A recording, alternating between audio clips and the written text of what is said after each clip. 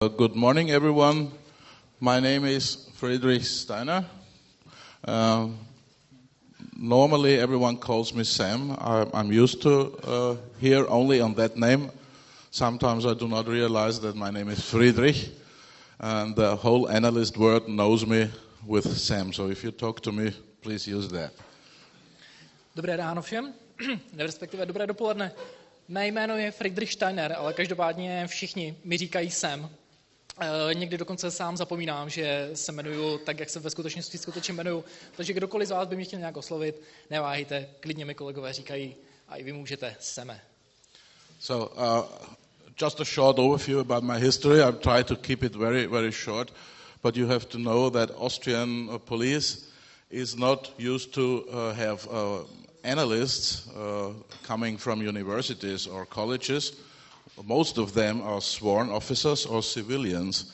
So when we started in 2005, I had a whole experience about drug enforcement, about undercover working. But when I started in 2005, when we have the new police system, we had to build crime analysis units. And the only important thing was that I'm good with computers, not more. And no one could tell me what to do. Jenom stručně k mojí osobnosti.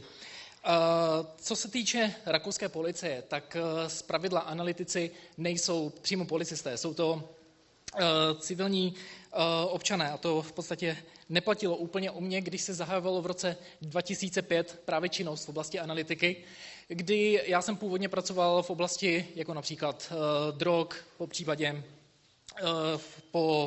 v utajení a tak dále. Když se zahajovala tato práce, tak jediný důvod, proč v podstatě přivzali mě, bylo, že jsem to uměl z počítači. Nic víc jsem o tom nevěděl. So, how is crime analysis established in Austria? We have a central intelligence unit, which is responsible for all the national and international stuff. They have a special GIS group, and they are responsible for all the other units in Austria. We have 9 different states, and every state has his own crime analysis unit. Co se týče naší struktury v rakouské policie, máme jednotky, které se zaobírají jak trestnou činností na národní, tak také mezinárodní úrovni. A potom máme speciální jednotky GIS, které fungují v rámci našich 9 spolkových zemí. So, and every state unit is responsible for the local affairs. We have specially trained GIS staff, and we are close in a cooperation with the Central Intelligence Service. Co se týče našich státních jednotek, tak ty fungují na národní bázi. Jsou tam také vymezené jednotky specializované pouze na GIS a také máme speciální analytické jednotky. So, our GIS people are working, it's normal, on crime mapping, on predictive policing, CDR mapping, which means call data records. So, and everything what's coming up from GPS units, like GPS trackers, or only the GPS units which everyone has in his car or on his cell phone. And the newest one, what we are doing is we have distance search for unsolved crime. When we have coordinates coming from cell phones or from calls or from GPS units, we are able to take this data and compare it with unsolved crime in a certain distance or in a certain time, so we can find out if these guys are responsible for other crimes than we caught them. Co se týče lidí, kteří pracují v našich jednotkách GISu, oni v podstatě zkoumají tu zločinnost. Veškeré informace, které přichází z GPS, jsou analyzovány těmito lidmi a zároveň máme jakýsi distanční modus, což v podstatě znamená, že máme i jakési zatím nevyřešené zločiny, od níž každopádně získáváme nějaké souřadnice a z těchto souřadnic dokážeme porovnávat, jestli to, co dosud nebylo vyřešeno, se může shodovat s tím, co již řešeno bylo. So many of this daily work is done in a very easy way, like dot mapping. If you have only simple information, you only need the dots. You don't have to be more concentrated on your work. We have a lot of density maps, especially for predictive work. And we also use other mapping types, like most of you know, correlate cards and all that stuff, especially when we need it. But most of the time, we only use the simple dots and the density maps. Snažíme se usnadňovat si maximálně naši práci a v podstatě používáme hlavně dva prostředky. Tím prvním je jednotlivé vyznačování bodů na mapách. Tím druhým jsou poté mapy hustot, které používáme převážně v predikcích. Používáme i další prostředky, ale každopádně převážně vše cílíme na ty dvě již zmíněné oblasti. So what we use is like many of the countries in the world use is ArcGIS stuff, ArcMap, to develop and publish maps. And since 2.5 years, we also use GeoTime. If you never heard about that, I highly recommend to take a few on geotime.com. It's a kind of a spatial and temporal software which allows you to see on one view the third dimension, and the third dimension is the time. Hodně pracujeme v programech, jako je například ArcGIS a nebo ArcMap, na základě kterého také publikujeme naše informace. Dalším programem, se kterým jsme začali pracovat v nedávné době, je takzvaný GeoTime, který, pokud jej neznáte, hodně doporučuji zkontrolovat na stránkách geotime.com. Jedná se o prostorovou a časovou analýzu, kde ještě dodáváme právě ten časový rozměr, což je jakási podoba třetího rozměru. So where are we now? We have highly trained staff in GIS. We use our GIS system in different, really proven ways for analyzing and displaying crime. And we started a couple of years ago also with deep contact to research and science, because we had a big lack in that. And the Austrians, especially the police, sorry about that, but they always think they are the brightest in their brain. They don't need experience from research. That's wrong. And we found out that the best way is to work close together with these guys, because they have a different approach, and together we are stronger. Můžeme tedy říct, že lidé, kteří u nás v rámci GISu pracují, jsou vysoce kvalifikovaní v rámci analýzy a zobrazování zločinnosti. Na druhou stranu v posledních letech jsme se také začali více věnovat oblastem výzkumu a vědy. Ono je to takové zvláštní říct, ale rakouská policie si myslí, že vždycky dělá všechno úplně nejlépe a právě proto zpočátku odmítala tyto dvě oblasti. Naproti tomu v poslední době jsme si začali uvědomovat, že to není úplně nejlepší přístup a proto jsme tuto spolupráci prohloubili. So, and what we also did, you will not find it on this slide, but I want to tell it to you. Especially in my person, I'm only responsible for one part of Austria, but I'm responsible for the trainings for all the Austrian guys working on crime analysis.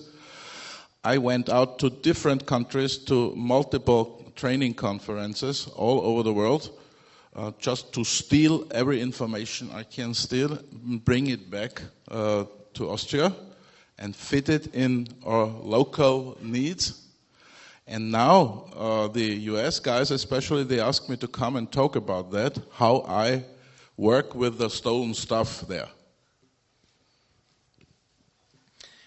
Jedna taková informace, kterou na tom slajdu nenajdete, já mám, nenesu zodpovědnost jenom za jednu část Rakouska, ale v podstatě vedu školení po celém Rakousku. A veškeré své znalosti jsem nabyl účastí na nejrůznějších konferencích po celém světě, kde jsem v podstatě kradl nějak tak jejich nápady, které jsem potom v rakouském prostředí upravoval k našim potřebám. A teď si mě ze Spojených států zvou, abych vystupoval u nich. So, where should we go? We should more develop and provide a predictive GIS application. This is why most of you are here. We need it for being a little bit faster. We should also improve the GIS training because there is still a lack in training. A lot of features in software we already use. People don't know how to deal with that. So it's a big deal to improve the GIS training. At the end, we should be more effectively and efficiently. So if the training would be better in the future, also the products will be better, hopefully. And with tools like Philip will talk a little bit later, it's some kind of stuff like you heard before from the guys who were out in the US and in other countries. We could be better, but we will not lose every one of our analysts for that, because you still need your analyst's brain for the work, not only the software. Otázkou je, kam bychom vůbec měli směřovat. Myslím si, že bychom se měli zaměřovat na budoucí vývoj a zároveň větší poskytování produktů GIS. Jde o to, že bychom ale měli trošilinku přidat na tempu a zároveň bychom měli všeobecně zlepšovat školení těch zaměstnanců, protože velice často se stává, že s věcmi, se kterými třeba na jedné straně někteří z nás normálně běžně pracují, zase jiní nevědí, jak je efektivně používat. Na konci toho všeho by mohla být mnohem lepší a efektivnější práce. Můžeme se zlepšit tím pádem my, ale zároveň můžeme zlepšit i podmínky naší práce. Nástroje, o kterých za chvíli bude mluvit také můj kolega, se tím pádem mohou zlepšovat. S tím ale každopádně v žádném případě nesouvisí to, že nebudeme potřebovat další analytiky. Právě naopak.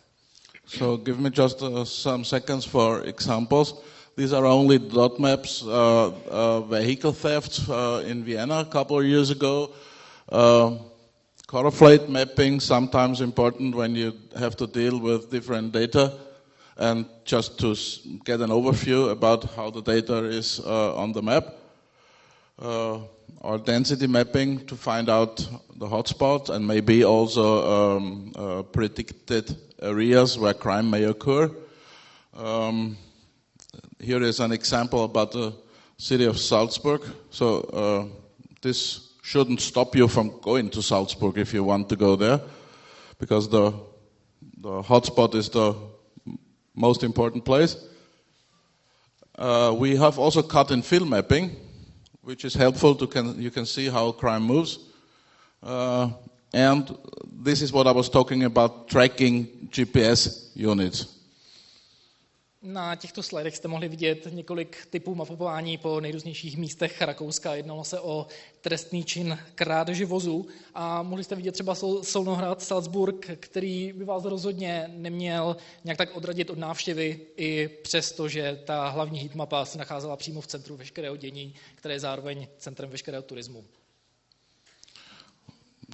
So buffer zone mapping, maybe you know that. If you only take care about special buffers, we have a lot of issues with main streets through Austria. Most of the crime occur there in between 3 kilometers on the left and on the right, because we have traveling offenders. They come into Austria on the east side, go out on the west side, and they just leave the highway for burglaries. Then they go on the highway and leave Austria. Můžeme se také zúžit některé zóny. Například v tomto případě máme takovou v tomto městě hlavní tepnu a v podstatě většina trestné činnosti se děje do vzdálenosti 3 kilometrů právě od ní. To kvůli tomu, že lidé, kteří přijíždějí do toho města, se jakoby přijíždějí odinut a tím pádem se nevzdalují od té hlavní tepny až tak moc. This is a drug trafficking case where we also used the GIS stuff just to get an overview for the court, or density card of burglaries. Pardon me. Okay. No problem. Mohli jsme vidět tím pádem příklady drogové činnosti, vloupání, tady toto trestná činnost, napadení nebo vraždy. This is a homicide case just a couple of weeks ago where we could evidence that the responsible guys, they were suspected for that, they were in that place because we found it out with the cell phone and the GPS units. Tady na tomto příkladu jsme pomocí GPS dokázali vyhledat vozidlo, které jsme předpokládali, že by se někde poblíž mohlo nacházet.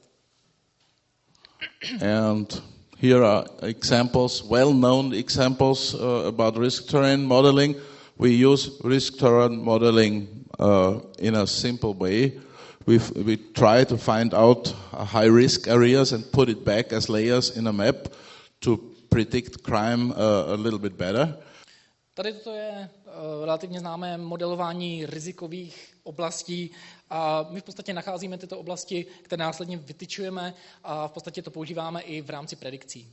And at last, to make life a little bit easier also for the colleagues out in the field, not only for the analysts, we try to use more web GIS stuff because it's more faster. And this is an overview about crime statistic on the web, acceptable for everyone in the police system. And this is a crime overview, what was happened in the last hours, days, weeks. It's always in time because our database goes all over Austria. A abychom trošku usnadňovali život nejenom analytikům, ale všem na policii, tak také používáme mapy, které jsou přímo ve webovém rozhraní. Tam jste mohli vidět čerstvé informace, které jsou neustále aktualizovány. And this slide is just an example from GeoTime I mentioned before. Where you can see flat lines and higher lines, and the higher the line is, the more time it takes to be there on that place. More flat means he was very fast from one point to the next. A tady můžete také vidět relativně nedávný příklad. Tady se jedná o reakční dobu, to znamená, že pokud čím výše se nachází ta čára, tak tím delší ta reakční doba byla. And our future, and this is what Philip will talk about, is working with special GIS stuff, especially developed by Philip and the Kripa system, and he will talk about that now. Thank you. A co se týče budoucnosti, o té bude mluvit můj kolega, který vám řekne něco o budoucnosti GIS nástrojů v rámci projektu Kripa. Děkuji mnohokrát.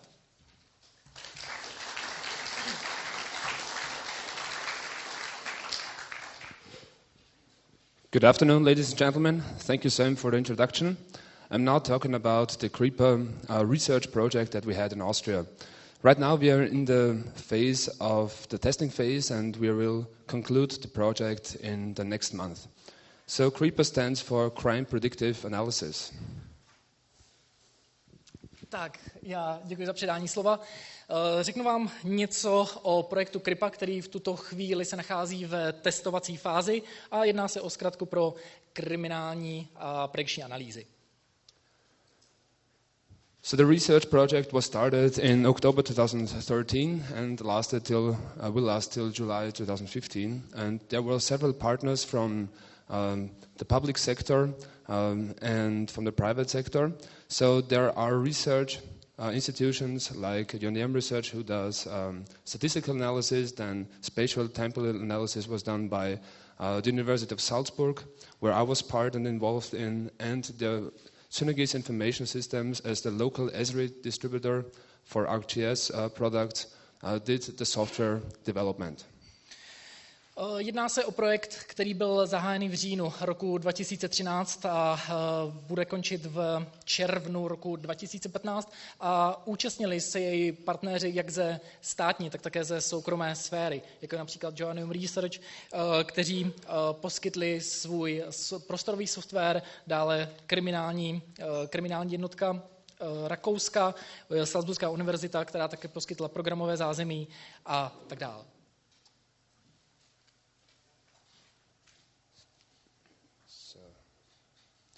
Good. The main focus was a research on quantitative methods on pattern detection, because so far there was nothing, or no one was doing crime prediction or research on crime prediction in Austria. So we did a research on quantitative methods to pattern detections and relationships to crime data to forecast future crime. Hlavním zaměřením tohoto projektu byla kvantifikace preventativních metod. Vše spočívalo v tom, že až do té doby se výzkumem v této oblasti dosud nikdo nezabíral a z tohoto důvodu se chtěli zkombinovat tyto dvě metody. So there were models for mid-term and long-term prognosis on a small scale for cities in Austria and the whole country of Austria and the whole data to find out whether there are any patterns in long-term trends. So for example, in the example below you see there is a trend, and we needed to focus our resources, to allocate the resources in these calendar weeks. This was built on the spatial regression models with the variables, as you can see here on the slides, using demography, land use, infrastructure, weather, and so on. V rámci predikčních modulů jsme se zaměřovali na střednědobý a dlouhodobý časový horizont prognóz. Sledovali jsme, jestli se v čase neopakují nějaké určité vzorce chování. Takový vzorec například můžeme vidět na obrázku, který je vpravo dole na tomto slajdu. A na základě toho pak můžeme alokovat policejní složky, abychom dokázali lépe efektivně v rámci tohoto pracovat. So my part in this project was to evaluate short-term predictions, for example, on a hotspot mapping, near repeat victimization and risk terrain modeling. Moje práce spočívala v hodnocení krátkodobých prognóz, a to na základě časoprostorové regrese, popřípadě časoprostorových analýzách pomocí hotspotů, blízké viktimizace a modelování rizikových terénů nebo oblastí. Since police officers have the ability to enter an open text into each of the crime events, there is unstructured data.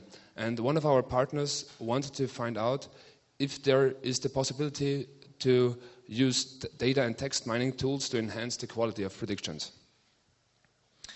Policisté mají všeobecně přístup k svým vlastním databázím, akorát se stává, že tyto informace nejsou často strukturované. A právě proto se jeden z našich partnerů zeptal, jestli by bylo možné tato data nějakým způsobem strukturovat. So the aim was that we need to combat the crime with an optimal allocation of law enforcement resources, and all of this information should be packed in a GS-based application. Cílem tedy bylo bojovat nějakým způsobem se zločinem, a to na základě materiálů, které by byly umístěny v nějakém určitém rozhraní. As a short introduction, there are basically three different types and approaches on predictive mapping. So first of all, the hotspot mapping approach and the risk terrain and the near repeat victimization. We already heard lots of this information during the last presentations, so I will give you a short overview, and here's an example for the hotspot mapping approach. V podstatě existují tři různé přístupy. To první jsou hotspoty, ten druhý je modelování rizikových oblastí a třetí je blízká viktimizace. Nejprve tím pádem k prvnímu typu, tedy hotspotům. Good. You already saw the risk terrain modeling approach, and we needed to focus because we found out we need to focus on the near repeat victimization approach because we found out that 70% of the residential burglaries in Vienna are within 500 meters and 7 days. So there is a strong significance on the near repeat victimization. Therefore, we relied on that. Hotspoty a modelování rizikových oblastí už trošku znáte, takže se dostaneme přímo k opakované viktimizaci. Ve Vídni jsme zjistili, že 70% vloupání se koná během 7 dnů ve vzdálenosti 500 metrů od toho původního místa vloupání. So we needed to combine those approaches with all of their unique strengths, and we then decided to create our own approach to predict future crime locations. Je zapotřebí zkombinovat všechny tyto přístupy a z tohoto důvodu jsme se rozhodli přijít s vlastním řešením. So the methodological background of Creeper is, as we said, based on the near-repeat victimization to detect serial crime offenders for residential burglaries.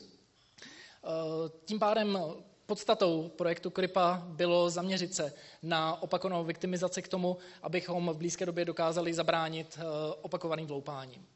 We do have implemented different triggers of those event pairs. For example, is the modus operandi equal, or the stolen goods, or the time of day? And based on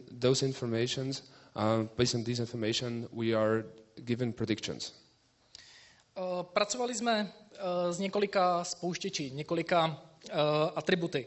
Například, pokud se všechno toto vloupání odehrávají ve stejnou denní dobu, pokud například jsou vždycky ukradené téže věci, pokud je totožný modus operandi. To jsou proměnné hodnoty, se kterými jsme pracovali.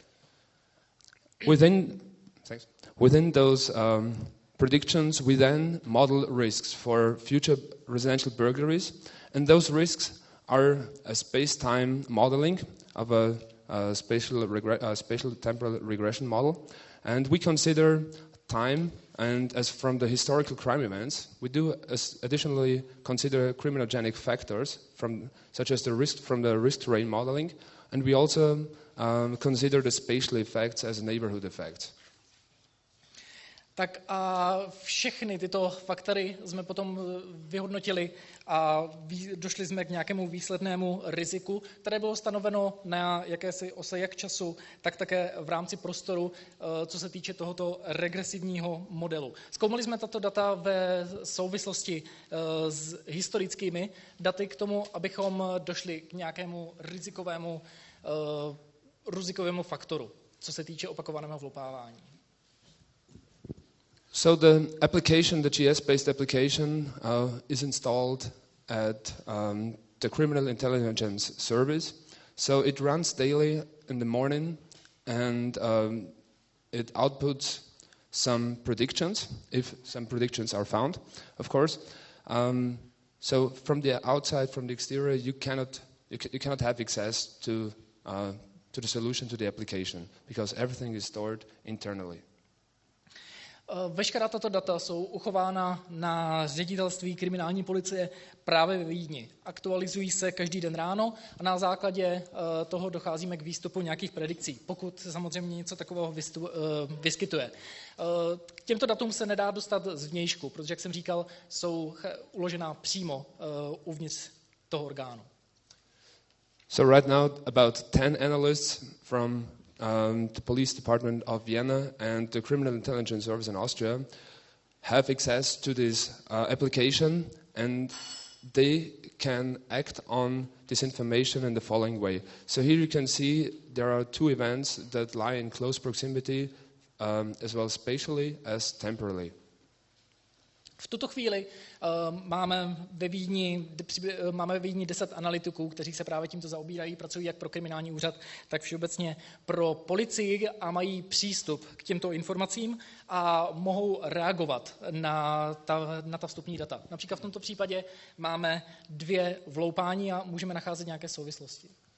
So right now you can see here we do have some risks modeled within this predicted area. So the darker the color is, the higher the risk for a future burglary to occur. On the right side, you can see there are the properties. For example, highlighted in the bold and titled letters. You can see here, this is the modus operandi in the German languages, and it matches. So this gives a prognosis for a future burglary to occur.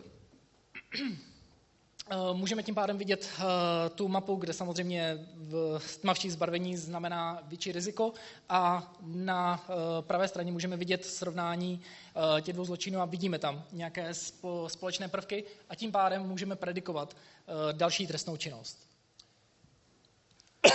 So we then monitored how does our system behave, and what happened in this case was, for example, and this is an optimal case of course, in this case, there was another burglary that was occurring right after the prediction in this highly risky area. A na základě tady tohoto systému jsme posléze dokázali skutečně predikovat nějaký zločin, ke kterému posléze došlo. So right now, the Criminal Intelligence Service in Austria is evaluating the accuracy of those predictions. And after our phase of the project, we will publish the results. V tuto chvíli kriminální úřad všeobecně hodnotí přesnost těchto predikcí a posléze my budeme publikovat tyto informace. We are already thinking about the future in Austria from a research way and discussing with the police officers what can we do in the future. So right now, this solution, this application, runs on a web-based application. So what we are wanting to do is making this application available on different devices. So in the future, probably they will use smartphones or tablets for the officers in the field, and they, of course, can then access those applications on every device they would like. My samozřejmě uvažujeme o budoucnosti a v tuto chvíli plánujeme, že na rozdíl od současnosti, kdy všechno funguje pouze na internetovém rozhraní, se také tato aplikace rozšíří na zařízení, jako jsou tablety nebo smartfony. Good. I'm at the end of my presentation. Thank you very much for your attention. If you got any questions, feel free to contact Sam or me. Thank you. A nakonec bych vám rád poděkoval. Kdybyste měli jakékoliv otázky, tak neváhejte za mnou nebo za Samem klidně přijít. Děkuji.